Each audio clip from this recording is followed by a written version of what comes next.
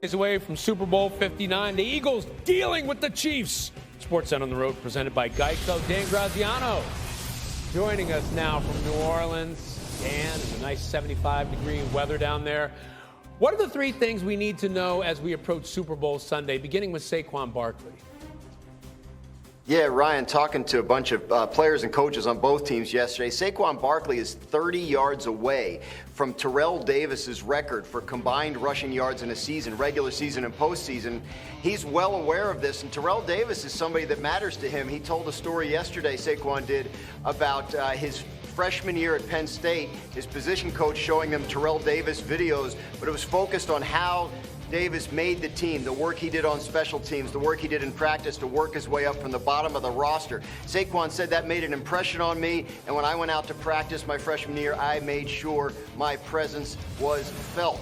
A guy who will want to make his presence felt on the other side of the ball for the Eagles is Jalen Carter, their star defensive lineman. I had a chance to talk with his position coach, Eagles defensive line coach Clint Hurt.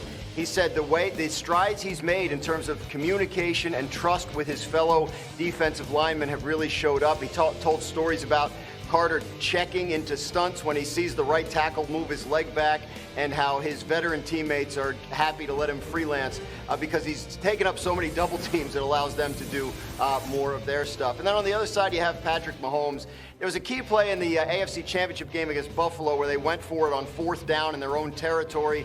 It's something that the Chiefs and Mahomes have been getting more comfortable with, going for it on fourth down.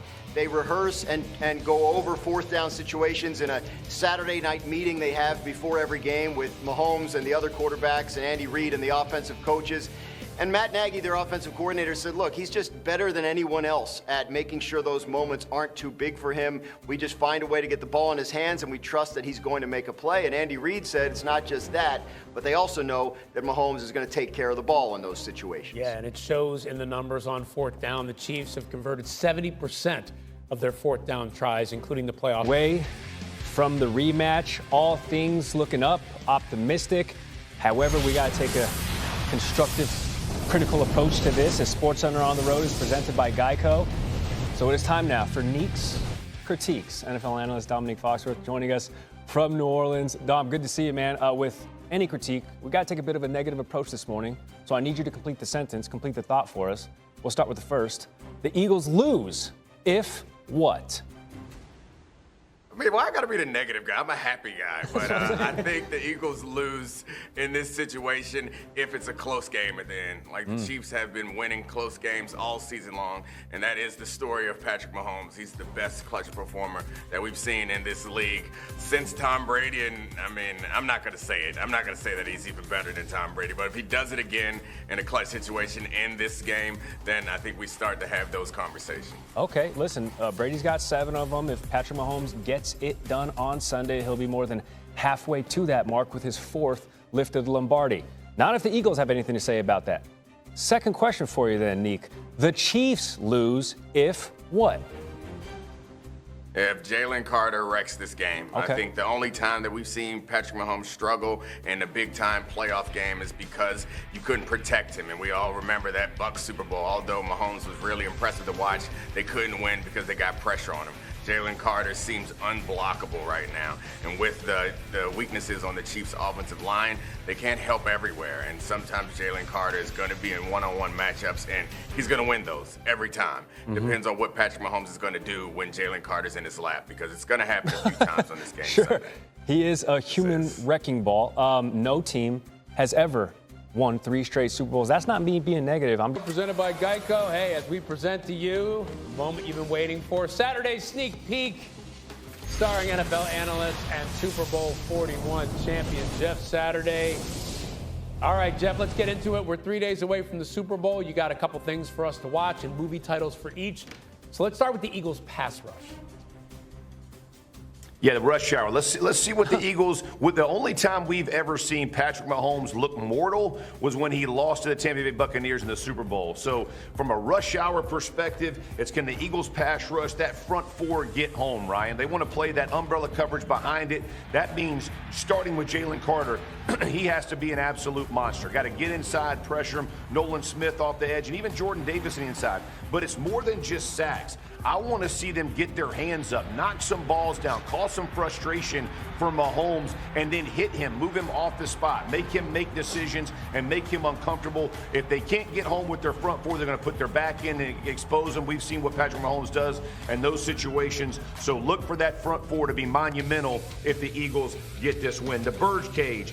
How does Kansas City's defense play against Saquon? Are they going to blitz him, which we know Spags wants to do? They can put in some different run fits. But think about this. The Eagles average 4.1 yards a carry before contact, right? That's before contact.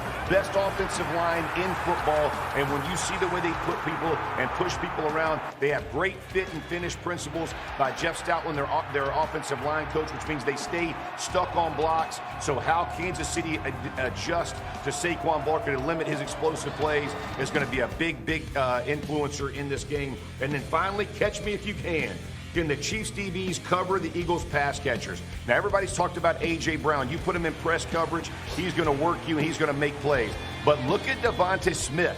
This guy has played the Chiefs 3 times. He's averaged 6+ catches per game and 99 yards or more in each game. So don't think it's just a one-man show with A.J. Brown. Goddard's going to be a factor, but Devontae Smith, in my opinion, is going to be the man to be tracking for this game. But how do the Chiefs defensive backs try to cover these pass catchers for Philly? Those are my 3 keys, baby. Let's make it happen. All right, it's going to be a big one. By the way, you mentioned the Chiefs. They've been using man coverage at the 4th highest rate in the NFL.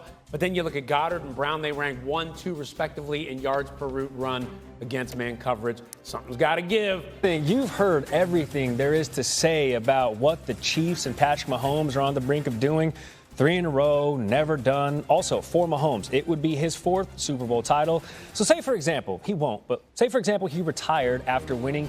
He will have as many seasons and in a Super Bowl title as he'll have not ending in a title.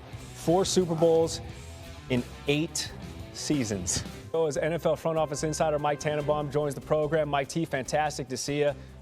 Let's complete the sentence here. First one, if Patrick Mahomes wins Sunday, then blank. Remarkably, Gary, before the age of 30, he will be up there in rare air with Joe Montana and Terry Bradshaw and maybe just Tom Brady as the only other outlier. It's remarkable. He would have his 4th Super Bowl win. So now you're with Joe Montana, Bradshaw, and again, Tom Brady at 7. He's going to be 30 in September. It's really remarkable what he's doing. It's historically great, and really there's no end in sight. So if he gets there, he really has a meaningful path to eventually catch Tom Brady. And listen, Patrick Mahomes, if you're watching, as a former 20-something-year-old, your 30s are your new 20s. So you'll probably be just as good. All right, Mike T, if Jalen